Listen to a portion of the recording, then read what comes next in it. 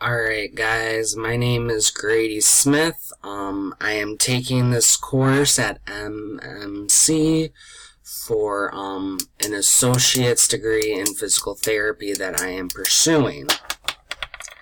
Some stuff about me is that I am currently a CNA. I work in a dementia unit at a nursing home in Midland.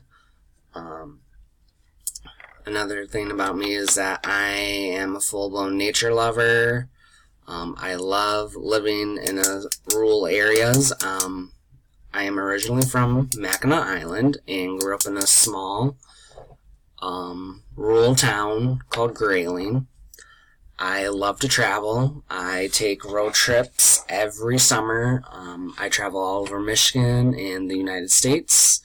I'm also a big sports fan, love football and soccer, and I'm also a music lover. I love going to concerts and music festivals about every summer. What I hope to get out of this course is that probably a better understanding and view towards people and how their mind works.